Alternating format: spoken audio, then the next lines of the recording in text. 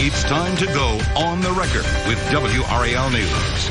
A fork in the road for the federal government. President Donald Trump moving at warp speed to transform the federal government as we know it. Thanks for being here. I'm Ashley Rowe. In his first 2 weeks, the president's flurry of sweeping measures has brought a flurry of lawsuits and scrambling at the local level. The state's largest school district, Wake County Public Schools, putting out guidance about how principals should respond if immigration enforcement officers enter their schools, telling ICE officers have a right to be there if they have a federal judicial warrant. The federal court blocking Trump's effort to temporarily freeze federal payments for grants and other programs. A day later, the White House rescinding the memo about his freeze, leaving many still confused about what's happening. The judge's pause lasting only until this upcoming Monday. North Carolina Attorney General Jeff Jackson among 24 attorneys general trying to prevent this freeze from taking effect. He says it could cause widespread and immediate harm across our state, delaying Helene disaster recovery in the mountains and affecting children and veterans. And Trump sent an email to millions of federal workers, including an estimated 42,000 in North Carolina, offering a buyout with about 8 months' pay in an effort to shrink the size of the government. The email's subject line: a fork in the road. Inside, an ominous message for those who don't resign, telling them your job is not safe. And then there's the FEMA Management Agency Review Council, created by executive order. During a stop in western North Carolina, Trump mulled the idea of scrapping the agency altogether. Coming up, my one-on-one interview with North Carolina Congressman Tim Moore about his new assignment from the president to find out what the future of FEMA should look like. Then we go back to the mountains after President Trump's visit, where survivors are still waiting for help 4 months later. My conversation with 5 on Your Side reporter Keely Arthur from McDowell County. And is a trade war brewing with our neighbors to the north? Canada's prime minister saying he's open to dollar-for-dollar retaliatory tariffs after Trump set a date for when he wants to impose 25% tariffs on goods from Canada and Mexico. I interview an economist who explains how and how soon this could impact you. In his first trip outside the Capitol since his inauguration, President Trump visited the North Carolina mountains. He toured some of the hard-hit areas from Helene, including Asheville and Swannanoa. While there, he called FEMA an expensive organization that doesn't work very well, even saying he's considering ending it. We want to bring it locally so that a state takes care of its problem, and then they can bring it down to a local level, like Samaritan's Purse and Franklin, because that's one of the better examples. By his side through much of that trip was Congressman Tim Moore, who represents North Carolina's 14th congressional district. New this week, Representative Moore was tapped to take a close look at how FEMA works and what changes need to be made. The congressman went on the record with me about this new role and why he's confident federal funding for the mountains won't run dry. Congressman Tim Moore, thank you for being here. Thanks. It's great to be with you. So you've been named to the FEMA Management Agency Review Council created by the president. Part of your district, of course, horribly damaged by Helene. What key messages do you want to bring to the table when this council first convenes?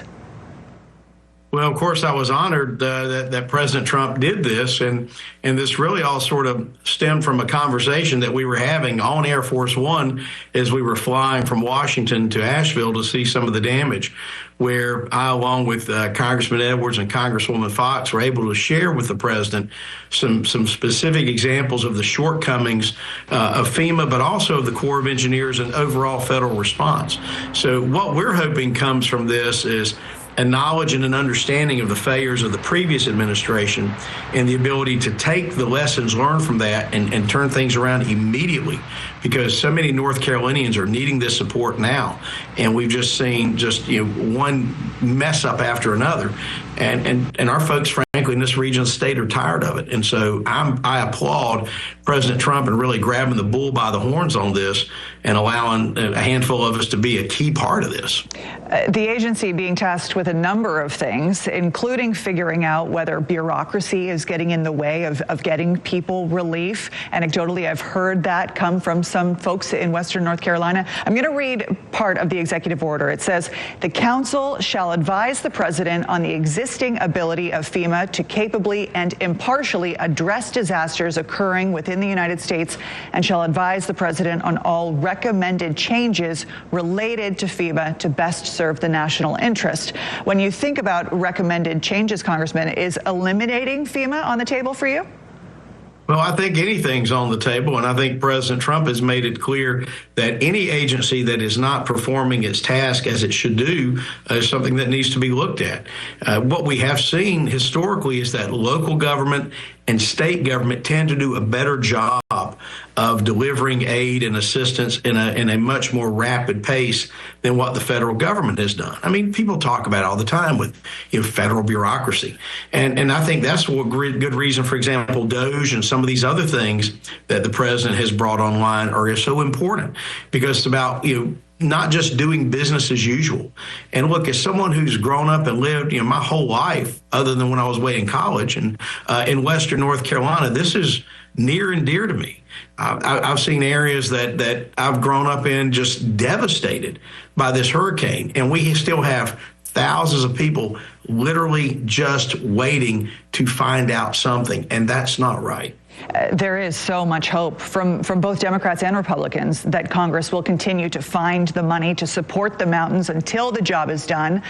I got to ask you, though, how tough is it going to be to keep that tap going on federal funding in the months that follow for Western North Carolina when we're watching this total transformation and belt tightening of the federal government? Well, I mean, there certainly are a lot of challenges right now. We are, as a nation, we have a $37 trillion debt right now. The amount of money that's being spent on interest to pay that is just ridiculous. We have to get things in. At the same time, funding disaster relief is a priority. And the president made it clear. Look, one thing that made me really proud was when the president was, of course, going to go out to Los Angeles and California to see the wildfires. And by the way, my heart goes out to those people. They are suffering as well. He insisted that he also stop and he come to North Carolina first. He's keeping that promise that he made to us back in October when we were all together at a press conference then when he was campaigning. And that tells me that he's going to have our backs at the executive level 100%. So, there's going to be things we're going to have to do some belt tightening here and there. There's no question about it. But at the same time, these are hardworking North Carolinians, hardworking Americans who have played by the rules, done everything they're supposed to do. And you know what? They're going to get taken care of. They're going to be helped. And I'm going to make sure that happens as well. We see so many advisory councils, right? From your time in state government, there are hundreds of them here in North Carolina state government alone. Given that you represent so many people whose lives have been uprooted by the storm, how do you make sure that this is an agency that will deliver and not just create a report that really doesn't go anywhere? Well, what I would imagine this being is that we gather data that's there, convey that in real time to FEMA, to the other agencies, to the White House as we get it, and that it not just be, we take some months, come back over the report, that we incrementally review and assemble data. Look, my office as well as the other congressional offices are hearing every day from the folks that we represent of where there are problems. We are passing those things along in real time to the White House and to FEMA. So we're going to do that. That's going to be a key part of addressing those. But then from that, being able to see the programmatic or whatever the plan is that has caused these problems. It's not really the fault of the people on the ground who are trying to do the work. It really comes more from the bureaucracy and, frankly, the mismanagement at the federal level. Okay, so why don't we end on this? What do you hope to be able to bring back to your constituents as both a congressman and as a member of this advisory council? Number one, a rapid response by the federal government, not just business as usual, months and months of red tape and delays. And let me give you an example of something. One of the things we've seen is, like, there are parts of the mountains that have been destroyed where literally the land doesn't exist. It's been washed into the river. And so the communities are trying to move forward and reclaim that land by, moving the river back over, putting large boulders, moving things in, and they run into delay after delay for permitting and all these crazy things by the Corps of Engineers and other federal agencies. Stop this mess immediately. Allow this work to start now so that folks aren't just having to wait. That's one example right there. But yes, getting federal resources there, but also getting the federal regulatory bureaucracy out of the way so folks can take care of these problems locally as well. Congressman Tim Moore, we will leave it there. Appreciate your time. Thank you so much. On the other side of the break, we go out to Western North Carolina. WRAL's Keely Arthur meets with families still struggling to get their life back after the devastating storm. Our WRAL crews have been back to the mountains regularly in the 4 months since the storm hit. Days after the president's January visit, 5 on your side's Keely Arthur making a visit of her own. I spoke with her during her trip to Old Fork in McDowell County. Keely, thank you so much for spending a few minutes with us here. You are currently in McDowell County. You've spent the last couple of days in the mountains speaking with people affected by Helene. How are they doing in the months after the storm hit? Ashley, I mean, it's a mixed bag of emotions. You're seeing people that are trying to get on with their lives, but they are so saddled by the devastation that happened 4 months ago, whether it be losing a home, losing a friend, knowing people that have lost their homes. So people have been incredibly kind to us, but one of the most eye-opening parts of all this is just how bad things still look 4 months out.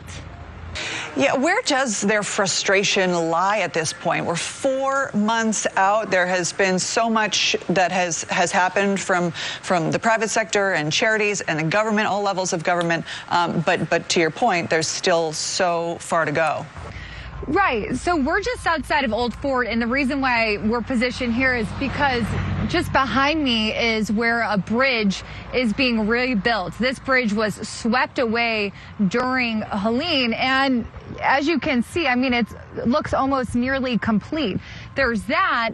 Then that's juxtaposed with all the people that haven't even secured funding to rebuild their homes. So the frustration really seems to stem from money, specifically for people wanting to rebuild things that are personal to them, for their homes. We're seeing the roads getting rebuilt, but the homes, that's a whole different story. And a lot of people, as we've covered, don't have the insurance policies to cover what happened to them, or they aren't getting the money they thought they would from FEMA.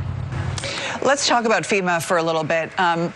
President Trump was out in the Western North Carolina mountains visiting with people, and at that time he said that he would consider getting rid of FEMA.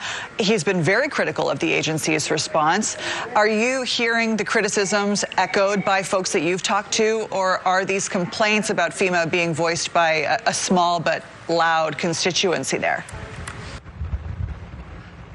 Absolutely. I mean, we have heard more complaints about FEMA than positive reactions, but I will tell you, we met one woman named Sharon. She was in Yancey County. She had nothing but good things to say about FEMA. She lost her home. It was swept away. She didn't have flood insurance. She went to FEMA. She was able to secure more than $50,000. That was one success story. A lot of other people say in some cases they were told they were going to get maybe $40,000 from FEMA. They ended up getting $9,000. So there's just a lot of confusion. And I spoke with an attorney who is volunteering his time to help people fill out the forms properly so they can get the money. And he said that we're still very much in the appeals process, and this is just how it goes. So if you apply for it, you don't get it, you need to appeal. People are frustrated. People, like we've said, have lost loved ones. They feel like, why is this taking so long? Why do I have to do an appeal process? But it's just slow. And the attorney we spoke with really said it remains to be seen what the end result is going to be with FEMA. But yeah, people are really mad. A lot of people still don't have homes, and they don't know what they're going to do. Their money, their savings is dwindling by the day, and a lot of frustration is being directed at FEMA. You mentioned just the juxtaposition of that bridge behind you that's being repaired compared to some of the private bridges that still are not repaired. What else are you noticing as you're driving around Western North Carolina about the recovery effort? Well, the photojournalist who's manning this camera right now, Vinny Boconfuso, told me that he covered this the whole month that this was going on. He was in Western North Carolina for 3 weeks after Helene. And I asked him, I said, does it look better? He said, yeah. And the thing is, I've been shocked. This is the first time I've seen this with my own eyes at just how bad things still are. But you're seeing debris not necessarily being removed, but being put in piles. So there's incremental improvement. The flip side of that, though, is I don't want to paint this picture of doom and gloom. I want people to know this place needs help. It needs focused attention. It needs volunteers. It needs resources. But it also needs tourists to show up. A lot of folks in Asheville said, maybe don't talk to the waitress or the bartender about Helene. They don't want to hear about it, but they want people to come visit this area. Because when you think about it, there was the pandemic. Asheville is a tourist area. This whole place is, this whole region. And then there's this. Their busy season happened right after Helene. And so people just don't have any money. They want visitors to come. So there are slow improvements, but the roads are back open. There are restaurants. There are things for people to visit. And that really is, it sounds superfluous. That's crucial because people need money. This is their livelihood. Absolutely, that makes sense. You know, got to get the economy back as well as everything else. Keely, I know you're going to be bringing us the stories of the folks who you have been interviewing over the course of the next few weeks here on WRAL. So appreciate all of your work out there. Thanks to Vinny as well, and thank you for joining us here on the Record. Coming up, with President Trump's threats to impose tariffs on Mexico and Canada, we'll talk about the impact they could have on North Carolina and you. Even before he became president, Donald Trump has been wielding a threat of tariffs on Mexico and Canada, two of America's biggest trading partners, as a way to crack down on illegal immigration. Once in office, President Trump said he would impose those tariffs, threatening a February 1st date, the day this episode of On the Record is airing. But what happens if those countries slap tariffs on us right back? A quick refresher here. A tariff is a tax imposed by a government on goods imported from other countries. The companies importing the goods pay the tax, not the foreign governments or the foreign companies. But here's the thing. Mexico and Canada could just as easily place tariffs on the United States. We've seen this play out before just a few years ago. Mexican President Claudia Sheinbaum and Canada's Prime Minister Justin Trudeau both saying they are prepared with a plan. Here's what Mr. Trudeau recently said to reporters. I support the principle of dollar for dollar matching tariffs. It's something that we are absolutely going to be looking at if that is how they move forward. There is a lot on the line for North Carolina, a state that exports $12 billion of products to Mexico and Canada. On WRAL at 7 this week, I spoke with a guy who understands this stuff inside and out. We talk about the politics and what this could all mean for your wallet. Here to explain this next piece of the tariff puzzle and what it means for you, Scott Lincecum, thank you so much for being here, VP of General Economics at the Cato Institute. You practiced international trade law for 20 years, taught courses on the subject at Duke University, and now you are here to enlighten us, so thank you for being here. Good to be back.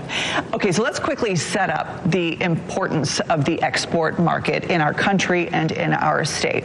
Every year, the U.S. exports around $300 billion worth of products each to Mexico and Canada. Want to show you this. Here's how that breaks down in North Carolina. Our main exports to Canada and Mexico include chemicals, machinery, transportation equipment, computer equipment, and more. Worldwide, North Carolina exports $42 billion of products. Canada is our biggest partner, $7 billion. Then Mexico at $5 billion. So there's a lot on the line here. And if the U.S. follows through on tariffs for Mexico and Canada, and those nations respond with tariffs of their own, what should people expect to hit their wallet? Well, if you work at one of these companies that exports goods to Canada and Mexico, well, you might be in a little bit of trouble. The last time this happened, when President Trump imposed tariffs on steel and aluminum from Canada and Mexico, those governments retaliated. They hit not only American metals, some of which made here in North Carolina, but also agricultural products and manufactured goods and appliances. And that means less money, less sales for those companies, less output, fewer jobs. The USDA calculated that just agricultural products lost about $600 million in sales for the nation overall. Wow. And so that did have a real impact on people. Of course, of course. And the other thing that people need to remember is that a lot of the things we send to Canada and Mexico actually come back to the United States as finished goods. So we make a lot of automotive goods here in North Carolina. We send those to Mexico. They get put into a finished vehicle. That vehicle gets sent back. Well, the tariffs that we put on that vehicle, well, that hurts. The tariffs they put on those auto parts, that hurts. And we all end up a little worse off. Yeah. Why would Canada be more bullish about retaliatory tariffs than Mexico? Well, a lot of it is political. The reality is that these retaliatory tariffs are going to hurt Canada and Mexico too, just like our tariffs are going to hurt the United States. But politics makes it virtually impossible for these governments to just sit on the sidelines. They have to respond forcefully. They might not go dollar for dollar with the United States, but they will try to hit strategic products, politically sensitive products, just like what happened last time. We've heard many times that the threat of tariffs is really a negotiating tactic. What are we missing here? What am I not seeing? Right. Well, we're not seeing the uncertainty behind all of this. When President Trump makes threats, when Prime Minister Trudeau makes threats, these things have a real effect on the real economy. Last time around, the Federal Reserve said this cost us billions of dollars in potential business investment because investors rightly aren't going to invest in a new factory if there's the chance that there's going to be tariffs on the goods they're exporting. You add that to the Federal Reserve. We just heard about maybe holding off on lowering interest rates because of this uncertainty, and that redounds to us again in the real world. Is there something bigger at play here that perhaps the governments are trying to negotiate? Well, there is the chance that they just want to get a little negotiating leverage for future renegotiation of the U.S.-Mexico trade agreement, formerly called NAFTA. Now, there is a thought that those negotiations are coming up in 2026, and the governments might want to be pulling those forward, and then they're all staking out their positions in advance. We can hope that's all it is, and that we're not seeing tariffs on cars and avocados and other things coming up this Saturday. We will wait and see what unfolds. Scott, thank you so much once again for your insights. My pleasure.